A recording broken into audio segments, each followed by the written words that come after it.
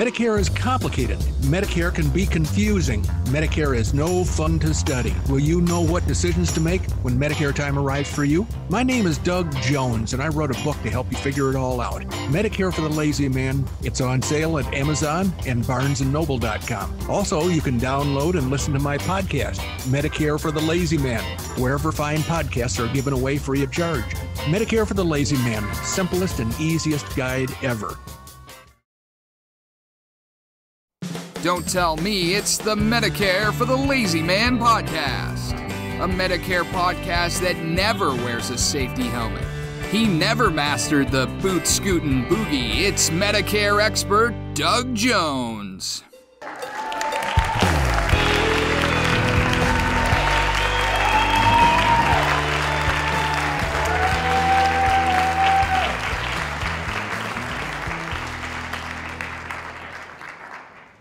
Well, hello again, everybody. It's another exciting episode of the Medicare for the Lazy Man podcast. I tell you, if we started the recorders just a little bit earlier, you'd be treated to a reenactment of what I speculated that German U-boat captains went through preparatory to diving the boat to make sure that no water actually infiltrated the boat. Randy and I have been working on making our recording system even more foolproof, and I swear it can't get any more complicated than it is right now, but it may have to. Anyway, and you quit laughing, Randy. Okay, so we're here to help you feel confident that Medicare is going to be doable and completely achievable for you. A lot of people are afraid about Medicare. A lot of people say, oh, it's going to be so complicated. I'm going to have to find an agent, pay him a lot of money, get the preparations done with professional guidance. And what I'm telling you is none of that is really going to be necessary. What you need to do is go to Amazon.com or to, I'm waving at my neighbors across the street. They take a walk every morning, no matter what the temperature is. And they're all bundled up today because it's Arizona freezing, as Randy has described in the past. Anyway, so if you scamper off to Amazon.com or BarnesandNoble.com and type in the search window, Medicare for the Lazy Man, you're going to find a book. You're going to find a series of books with different years, because I wrote one 5 years ago, I wrote one 4 years ago, I wrote one 3 years ago. Well, I'm in the process of writing one for 2024. So right now, the current one is 2023, but if you type in Medicare for the Lazy Man in the search window, you're going to see the current year book pop up on the list of books that appear. And if you purchase that book, you're going to have in your hands the knowledge that all Medicare participants need in order to completely enroll in Medicare without stumbling over any regulations that might cost them money, without incurring a lifetime late enrollment penalty, without winding up with Medicare coverage that the people would find obnoxious and disgusting and disappointing. So if you purchase Medicare for the Lazy Man, and it comes in several different variations, there's a Audible book that you can listen to. There is a Kindle that you can get right away. There is a paperback book, which is the workhorse of the whole empire. That's the book that most people purchase. It's an $8 item at Amazon.com. It's a $9 item because it has colorful illustrations at BarnesandNoble.com. And of course, the pièce de résistance, the hardcover book at Amazon. It's pricey, but it's well worth it for its beauty and its design and its durability.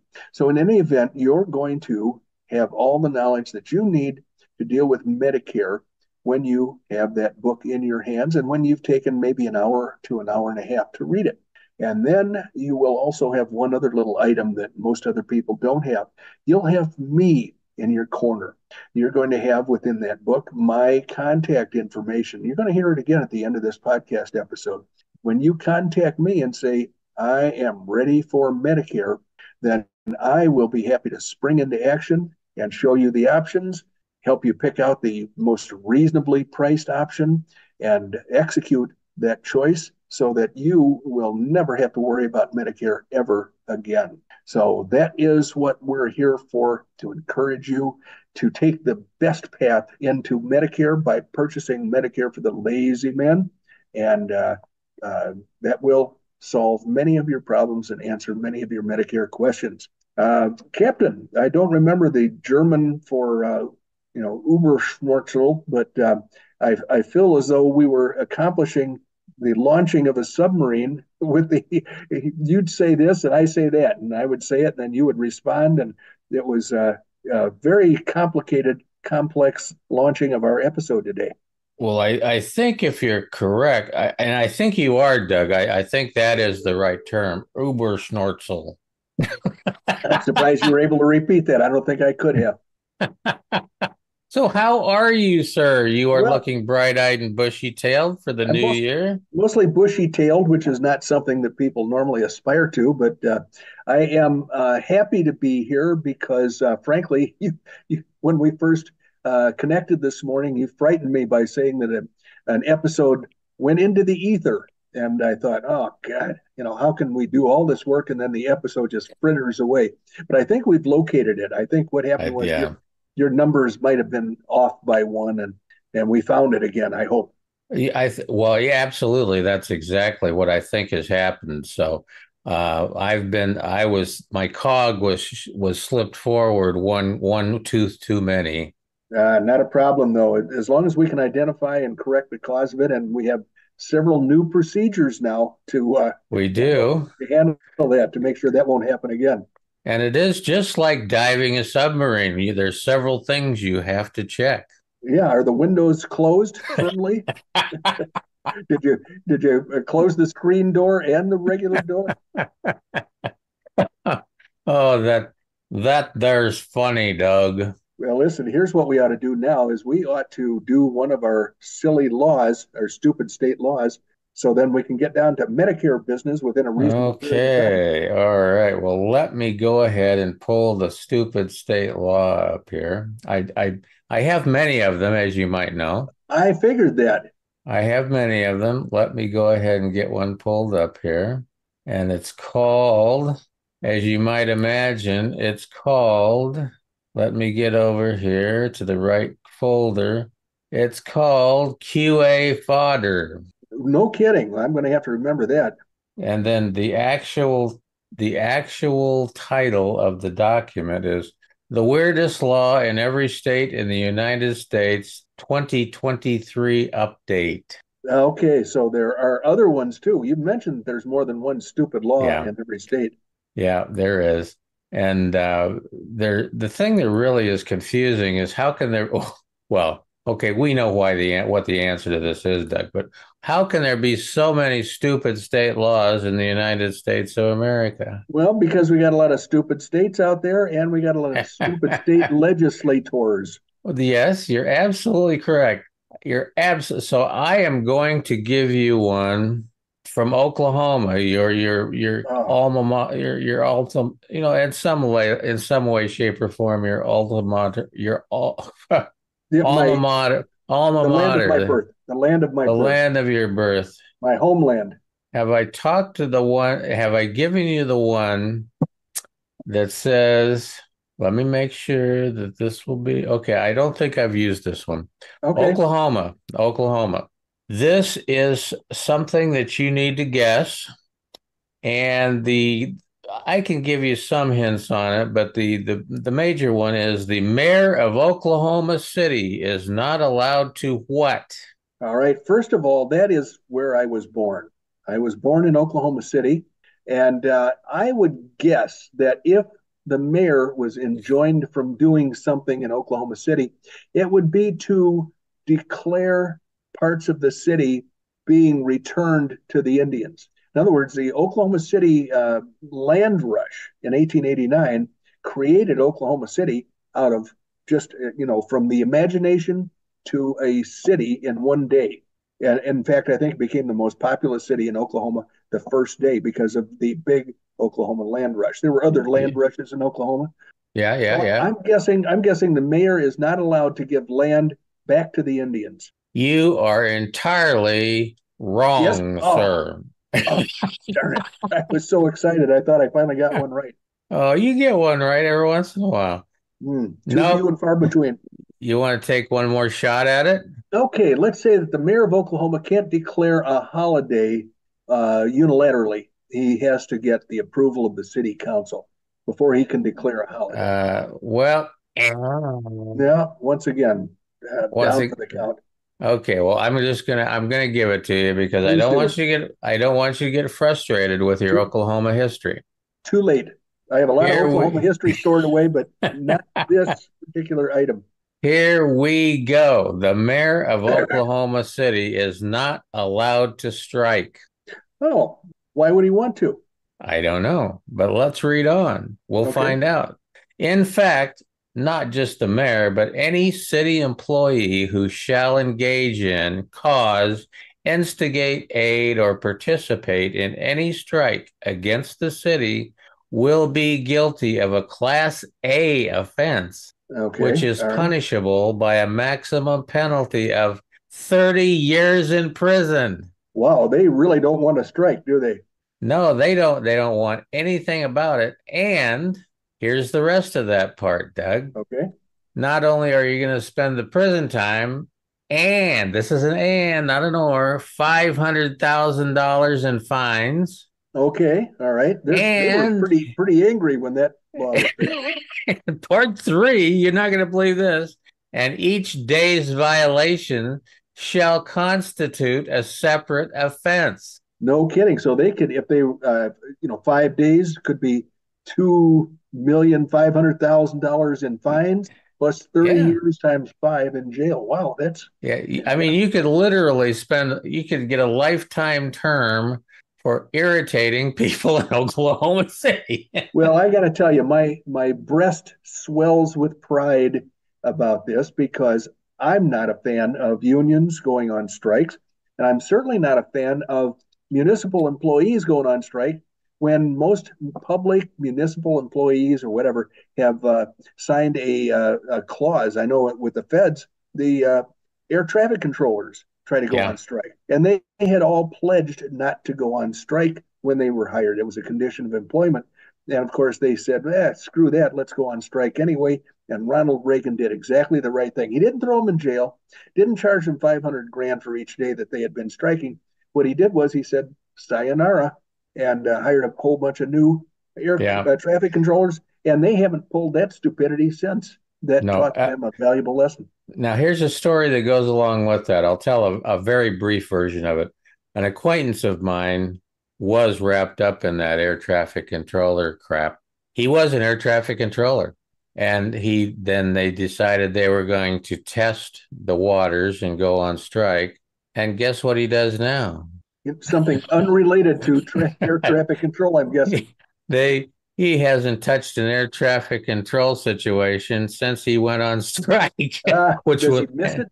no, well, I don't know, but I can't answer for that. But how many years ago was that? It was back in the Reagan era. Reagan was elected in 80, served until 88. I think it might have been in his first term, and it Yeah, might have contributed to his 49 state landslide victory yeah. at the beginning of his second term. So I Well, would say it was between 80 and 84. all I know is this fellow that I'm referring to. Now he's a good guy. I'm not besmirching his reputation or anything, but Sure. ultimately he went from being an air traffic controller to doing something of much less excitement at our bank. Oh, okay. Well, it's unfortunate for him, but he might have gotten swept up in the fever that the air traffic controllers created on the job.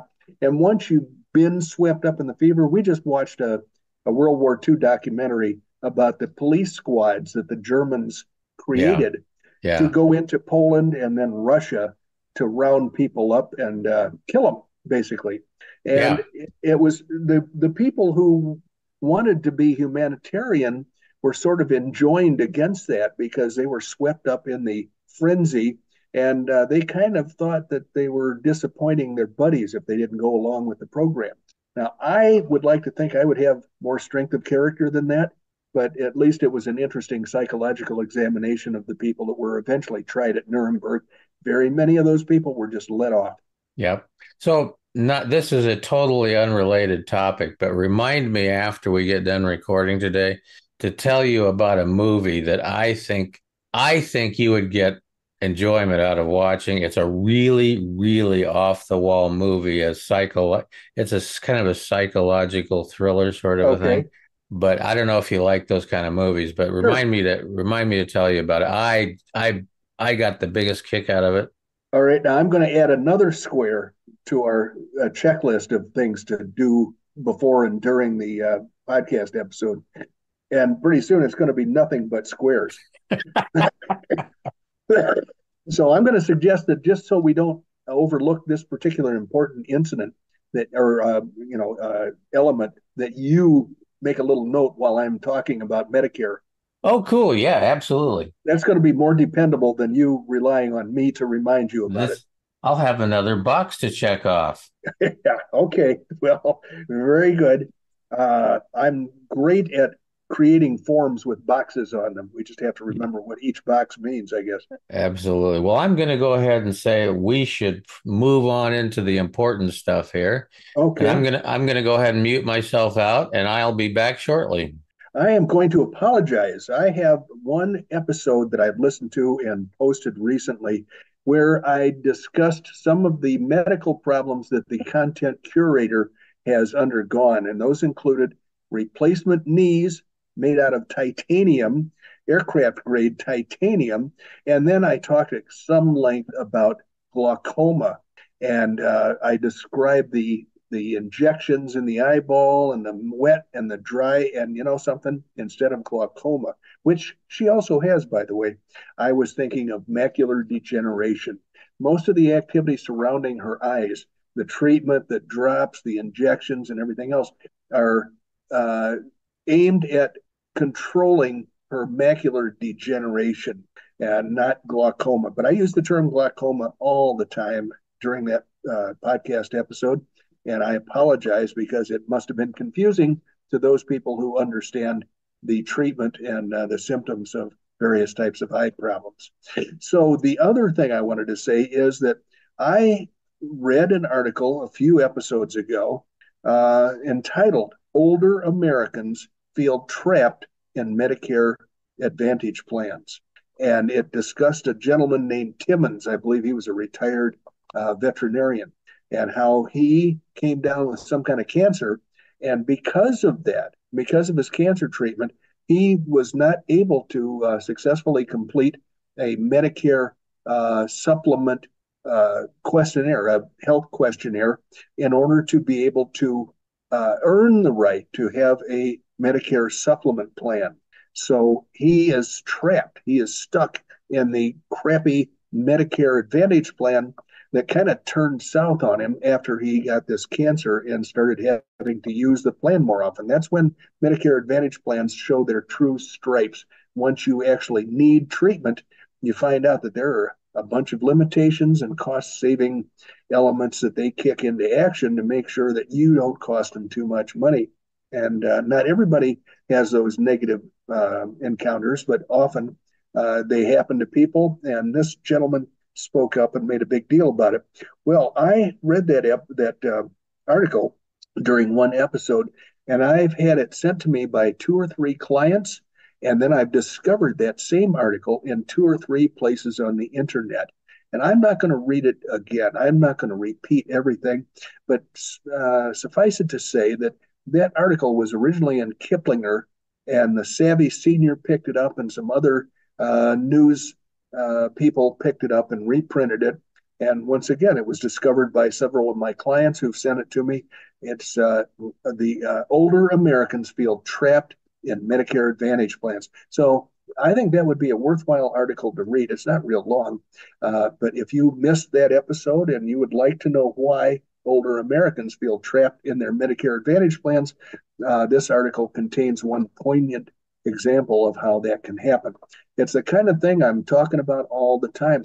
Watch out for Medicare Advantage plans. Don't give them an opportunity to trap you, because if you're with a Medicare Advantage plan for longer than 12 months, you are trapped in that plan unless you can prove yourself healthy enough to be able to move to a Medicare supplement.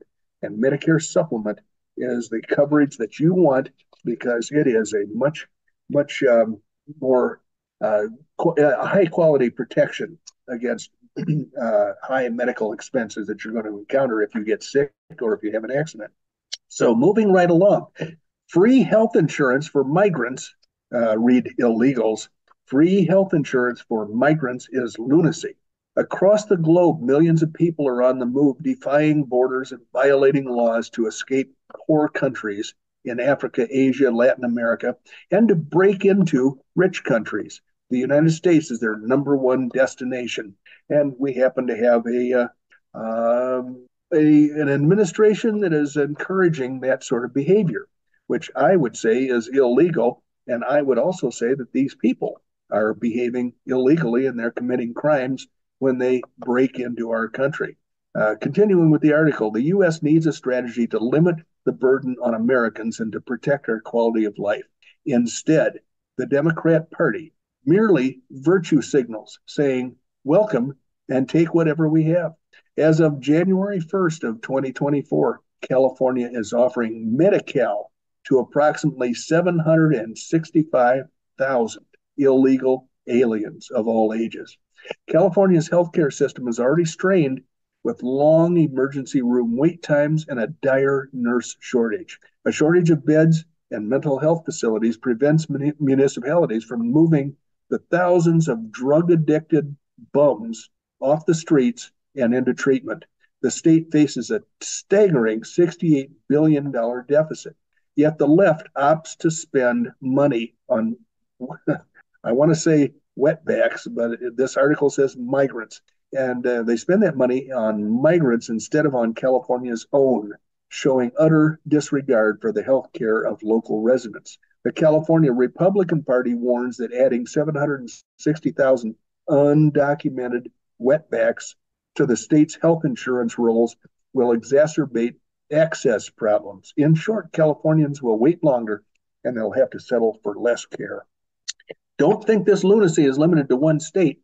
Oregon, New York, Connecticut, Rhode Island, Maine, Vermont, Illinois, Washington State, and Massachusetts already cover migrants, meaning illegals, in specific age categories, and left-wing lawmakers are pushing to expand the coverage to all ages. New York lawmakers came close in June, but ended the legislative session without passing it. In blue state after blue state, Democrats are pushing to give migrants taxpayer-funded health coverage. It's a knife in the back of hard-working Americans who struggle to pay medical bills. It will also doom this nation to a never-ending flood of strangers seeking government handouts. Connecticut's Democrat-controlled legislature has gone off the deep end, offering baby bonds or taxpayer-funded savings accounts for every child, including children of migrants in the country illegally, including those whose birth is covered by the state's Husky public insurance program, HUSKY is their public insurance program, even if their migrant parents arrived just days before the birth. Well, that's been happening in Texas for generations. That's one of the flaws of our Constitution, that we offer citizenship to anybody who happens to be born within the confines of the United States. And I think that law should be repealed. The article goes on to say nest eggs, courtesy of the taxpayer, for the express purpose of closing the wealth gap. In other words, they give money to illegals, children of illegals that happen to be born here. The Democrat Party's zeal to provide migrants with free health insurance is extreme compared to what is occurring around the globe, even in socialist-leaning countries. In June, the current Democrat administration made the U.S. one of only a few first world countries to sign on to the Rabat Declaration, sponsored by the United Nations, a bunch of commies there, which declares that all migrants should have access to a country's national health insurance programs. Canada, the United Kingdom, Germany, Norway, Sweden, and several other European countries that receive large numbers of migrants did not sign. They're already in too deep as it is. Why would they add more of the insanity? Even socialist countries like Norway are strictly limiting migrants to emergency care only. No comprehensive health insurance. French President Macron's government is reassessing whether it can provide health benefits to migrants. These countries see what the Democratic Party in the US refuses to admit, that free health insurance is a magnet. Contrary to Vice President Kamala Harris's blather, the flood of migrants across the southern border is not due to root causes the United States can ameliorate with democracy and foreign aid. It's a worldwide phenomenon. Many European and Scandinavian countries are adjusting their policies to protect their own residents from undue burden. The U.S. is simply surrendering. Offering health insurance also invites an influx of sick people from countries that cannot provide care. Venezuela's healthcare system has collapsed. Hospitals there lack 80 to 90% of the essential medicines, a situation that is pushing the sick and their families to flee. Neighboring Brazil is reporting the reappearance of communicable infections such as tuberculosis, hepatitis A, whooping cough, diphtheria, and measles because of the influx of Venezuelans needing care. We can expect similar problems in the U.S. Open borders, free meals, and hotel rooms, and promises of free health coverage produce predictable results. Migration across the U.S. southern border has set yet another record in December. As Representative Marjorie Taylor Greene, Republican of Georgia, commented on Newsom's health policy, nothing is free. The California taxpayers have to pay for it, she added. It's treason. There's no other way to say it. At the very least, it's a betrayal. So that is my position too. Whoever the author is certainly in agreement with me about that sort of thing. And there is another little element that the Californians are hoping to adopt, and that would be the Canadian model of health care or health insurance payment for health care. And so I ran across an article here that I thought was very instructive, and the title is Canadian Healthcare Leaves Patients Frozen in Line. When you hear people, Democrats especially, saying that they want the government to take over more of the health care industry in America, including the health insurance industry, this is the sort of thing that we can look forward to if they're successful. Canadian healthcare leaves patients frozen in line. This year, 2023, Canadian patients faced a median wait of 27 and a half weeks for medically necessary treatment. More than one-fourth of Americans receive taxpayer-funded health coverage through Medicaid or the Children's Health Insurance Program, according to the latest federal estimates. But that free coverage, free in quotation marks, coverage, has a significant cost. Medicaid beneficiaries must wait longer for care than those with private insurance. A study from 2021 found that Medicaid patients waited 1.3 days longer than commercially insured ones for primary care.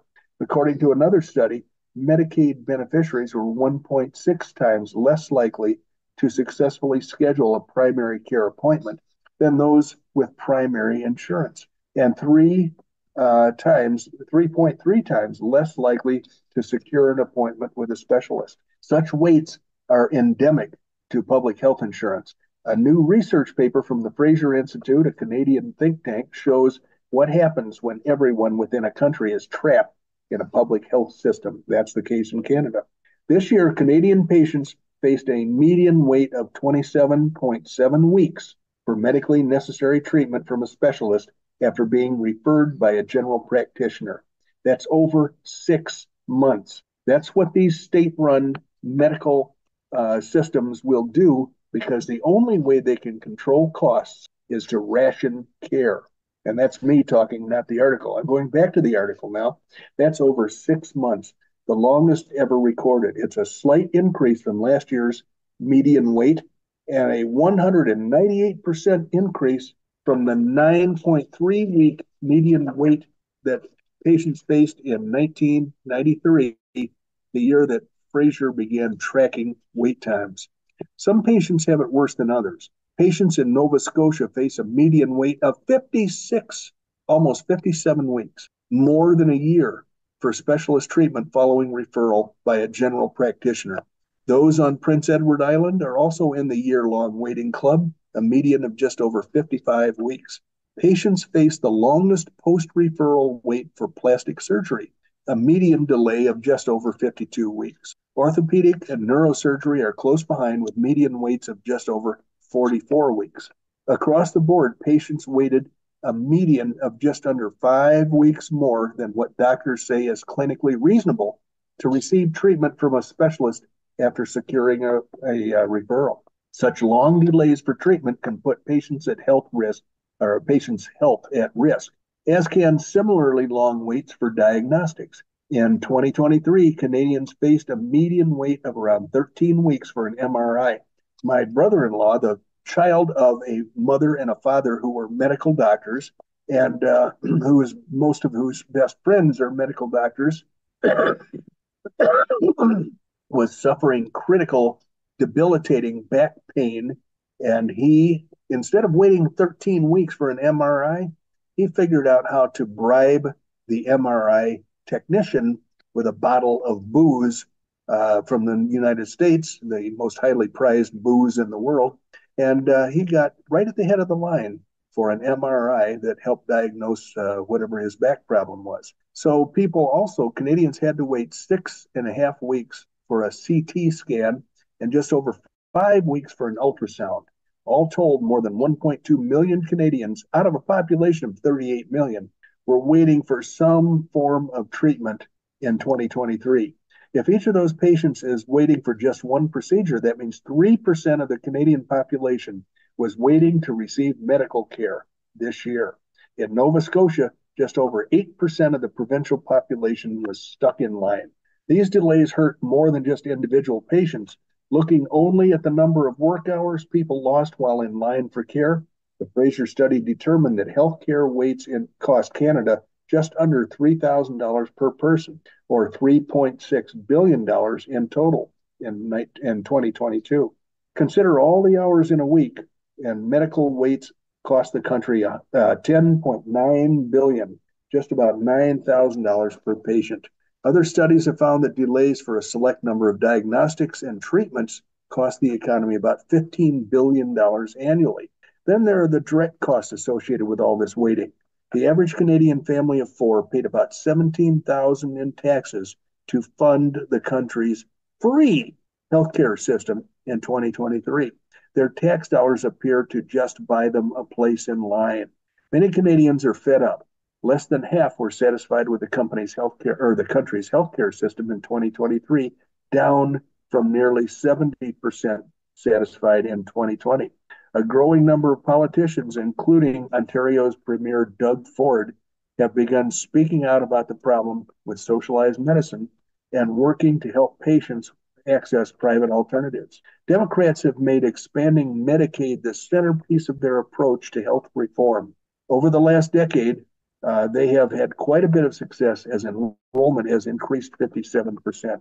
The progressive wing of the party is still pining for the Medicare for All, a complete government takeover of the health insurance system that would import Canadian-style health care to the United States. Oh, good, so we could all stand in line. Representative Dean Phillips, Democrat of Minnesota, who has mounted a primary challenge to President Biden, recently endorsed Medicare for All. But expanding access to the coverage is not the same as expanding access to care. Canadians know that truth all too well, as their government insurance card just buys them a months-long wait for care.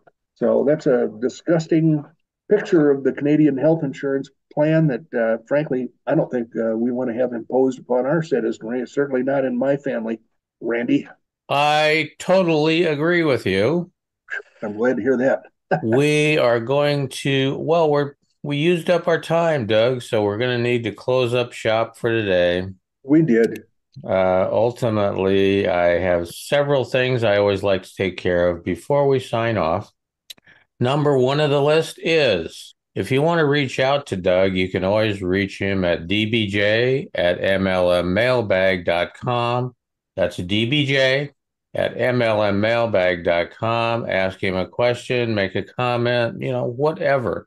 Doug loves to hear from, our audience. Number two on the list is, by the way, Doug is licensed nationwide to help you with your Medicare supplement planning. You can check us out at medicareforthelazyman.com. We would appreciate a review. Ultimately, we love reviews because it doesn't hurt to let other people know why you like what we do. And we do appreciate reviews.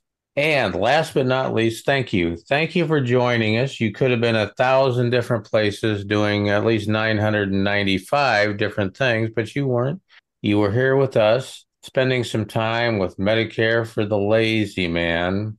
And ultimately, there's various things I usually cover before we sign off, but one of the things I definitely want to cover today is we are going to have a great year. We are going to have lots of new things on Medicare for the Lazy Man and in 2023. No, what is it? 2, 3, Four. what is it? Four. 4. Oh my God, I'm getting older by the minute. So anyway, yeah, 2024, we're going to have a lot of new things. So be sure and keep up with us. We will be here trying to do some new things, and I think you're going to like them. So ultimately, we are going to sign off for right now. And I don't know just exactly where we want to leave it, but I know that Doug is up in the high mountain altitudes. So we're going to have to sign it off before he passes out from lack of oxygen. And I think it's about, we're going to lock him in about 12,500 feet. Here's what lack of oxygen does to me. I just saw a cord and I've been staring at this cord wondering what it was. It turns out it was my microphone cord. Instead of talking into my very expensive microphone, I have been talking to the room, and a weirdo microphone in my computer was theoretically picking up my voice. It's got to be one of the worst episodes we've ever recorded. But anyway, thank you for joining us, ladies and gentlemen. I promise to plug my microphone in next time. We'll be looking forward to seeing you then. Bye-bye.